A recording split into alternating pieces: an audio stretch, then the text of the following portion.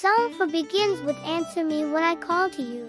O God, who declares me innocent, free me from my troubles. Have mercy on me and hear my prayer." These are the words of David, crying out to God in a moment of deep tension. Not just stress, but public pressure, false accusations, and emotional turmoil. And yet David knows where to go first, to the one who listens. He doesn't defend himself to the crowd. He pleads his case to the God who already knows the truth. Verse 2 says, "How long will you people ruin my reputation? How long will you make groundless accusations? How long will you continue your lies? Ever been misunderstood, judged, lied about?" David's not just venting, he's confronting a culture of manipulation, of slander, of fake narratives. But instead of fighting fire with fire, he remembers something powerful. Verse 3 continues, "You can be sure of this. The Lord sets apart the godly for himself. The Lord will answer when I call to him." That's the heart of this psalm. God sees. God knows.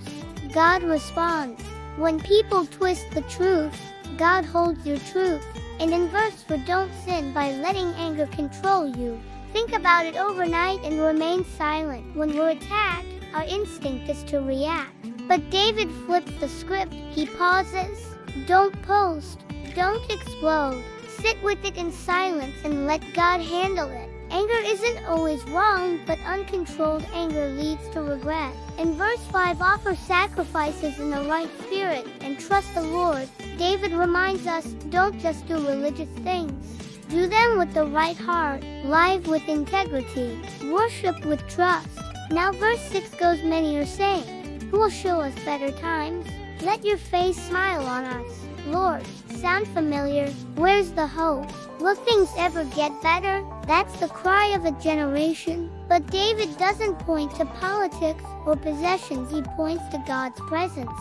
When the Lord's face shines on you, that's when things start to turn. With verse 7 saying, you have given me greater joy than those who have abundant harvests of grain and new wine. The world chases happiness through success and stuff. But David found something deeper, joy that doesn't depend on your paycheck or your status. Joy that's rooted in the goodness of God even in hard times. Now finally in verse 8, in peace I will lie down and sleep, for you alone, O Lord, will keep me safe. That's the final word, not fear, not revenge, not stress. Peace, because no matter who's against you, no matter what's going wrong, God is your defender. God is your joy. God is your safety.